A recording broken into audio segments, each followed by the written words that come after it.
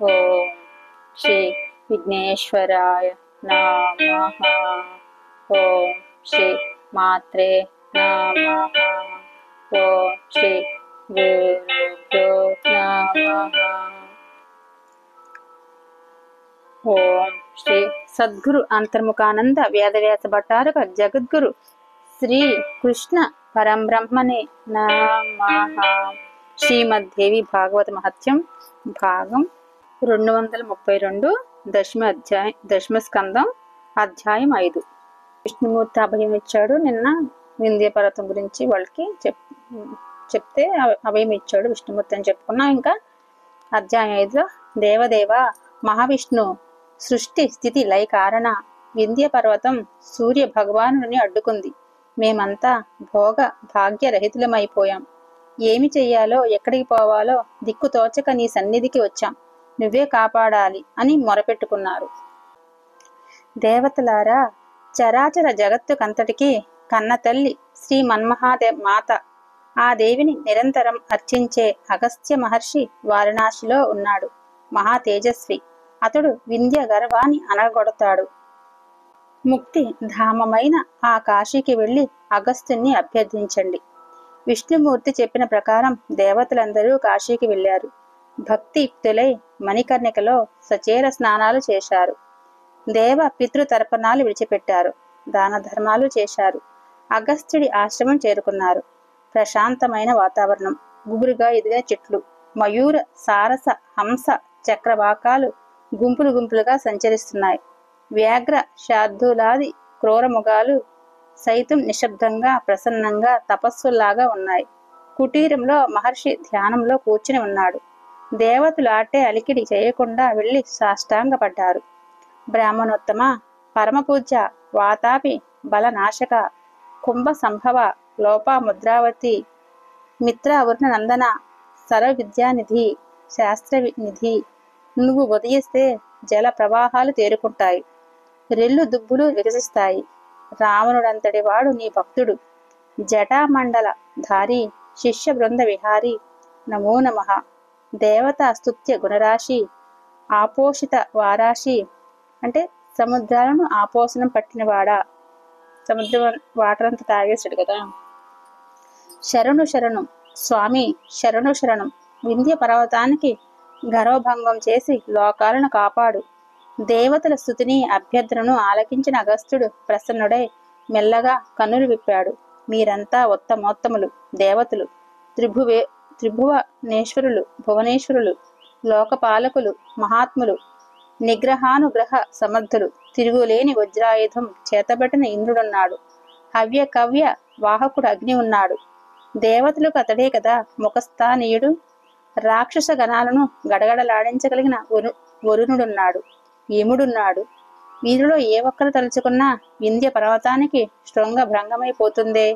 అలాంటిది అందరూ వచ్చి నన్ను కోరుతున్నారంటే వింతగా ఉందే.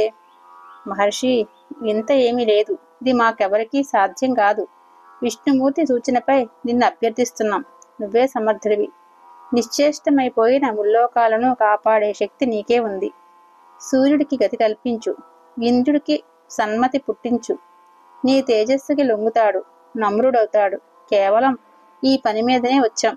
ఉపకారం చేసి పెట్టు, చెయ్యాలి, తప్పదు. దేవతల విజ్ఞప్తిని అగస్త్యుడు అంగీకరించాడు. సరే అన్నాడు. విబుద్ధుల అంతరంగాలు తేలికపడ్డాయి. తృప్తిగా ఊపిరి పీల్చుకుని తిరిగి వెళ్లారు. అధ్యాయం 5 సంపూర్ణం. 6వ అధ్యాయం చిన్నగా ఉంది కానీ 6 చదువుకున్నాం. ఇక్కడ అగస్త్యుడి దక్షిణాపద యాత్ర. దేవతలు వెళ్ళాక అగస్త్యుడు ధర్మపత్ని లోపాముద్రను పిలిచాడు. రాకుమారి, మన కాశీ నివాసానికి విఘ్నం రానే వచ్చింది. వింధ్య పర్వతం సూర్యుడి దారికి అవరోధం కలిగించిందట. దానిని తొలగించమని దేవతల ఆజ్ఞ. మనం వెళ్ళక తప్పదు. కాశీ గురించి పూర్వీకులు చెప్పిన మాట వాస్తవం. కాశీలో నివసించే వారికి విఘ్నాలు చాలా వస్తాయి.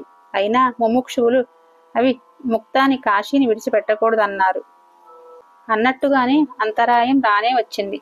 సరే పద, దక్షిణాపథానికి బయలుదేరదాం అన్నాడు. ఇద్దరూ కలిసి మణికర్ణికలో స్నానం చేసి విశ్వేశ్వరుణ్ణి దర్శించారు. అటుపైన దండపాణిని అర్చించారు.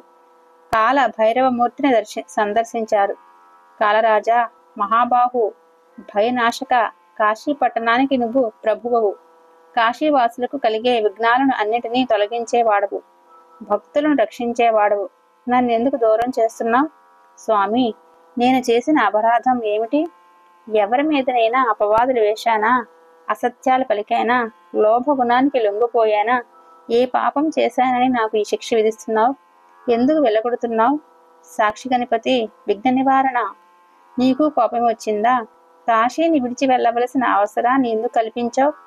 ఆ ముని దంపతులు ఇలా కాశీ దేవతలందరినీ దర్శించి ప్రార్థించి విన్నపాలు చేసుకుని దక్షిణ దిక్కుకు బయలుదేరారు. కాశీని విడిచిపెట్టవలసి వస్తుంది అన్న బాధ అనుక్షణం వారిని పీడించింది. గుండె దిటవు పరుచుకుని ప్రయాణం సాగించారు. అడుగడుగున కాశీని తలుచుకుంటూనే నడిచారు. కొంత దూరం వెళ్ళాక నడక చాలించి తపశక్తిని విమానం చేసుకుని ఆకాశ మార్గాన దక్షిణాపథం వైపు వచ్చారు. నిమిషన్నరలో ఎదుట వింధ్య పర్వతం కనిపించింది. ఆకాశానికి తన్నుకు నిలబడి ఉంది. ముని దంపతులు ఆశ్చర్యచకితులై చూస్తూ నిలబడ్డారు. అగస్త్యుడిని అల్లంత దూరంలోనే చూసిన వింధ్యుడు ఉనికిపోయాడు. మహర్షికి మర్యాదలు చెయ్యాలి, స్వాగతం పలకాలి, ఎలాగా అని కంగారు పడ్డాడు. తనను తాను కుచించుకుని వినయంగా భక్తిగా సాష్టాంగపడ్డాడు. అగస్త్యుడి మనస్సు ప్రసన్నమైంది, ముఖం విప్పారింది. వత్సా, దక్షిణాపథానికి వెళ్ళి నేను తిరిగి వచ్చే వరకు నువ్వు ఇలాగే ఉండు. ఆకాశానికి అడ్డంగా ఎదిగి ఎత్తుగా నువ్వుంటే నీ శిఖరాలను అధిరోహించి దాటి వెళ్ళగలిగిన ఓపిక నాకు లేదయ్యా. అందుకని పుత్రకా, నేను వెళ్ళి వచ్చే వరకు నువ్వు ఇలాగే ఉండు అని చెప్పేసి లోపాముద్ర అగస్త్యులు వింధ్యను దాటి దక్షిణ దిశకు వచ్చేశారు. శ్రీశైలాన్ని దర్శించి మలయాద్రి మీద ఆశ్రమం నిర్మించుకుని కాపురం ఉన్నారు.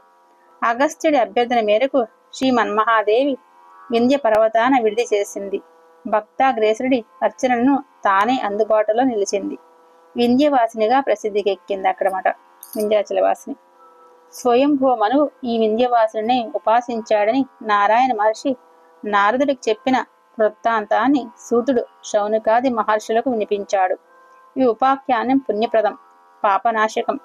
రాజులకు విజయాన్ని, ద్విజులకు జ్ఞానాన్ని, వైశ్యులకు ధనధాన్య సమృద్ధిని, మిగిలిన వారికి సుఖ సంతోషాలను కలిగిస్తుంది. ఒక్కసారి చదివినా విన్నా చాలు అని ఫలశ్రుతి కూడా చెప్పాడు. అధ్యాయం 6 సంపూర్ణం. 232వ భాగం సంపూర్ణం. 6వ అధ్యాయం సంపూర్ణం. ఓం శ్రీ గురుభ్యో నమః. సర్వం శ్రీకృష్ణార్పణమస్తు.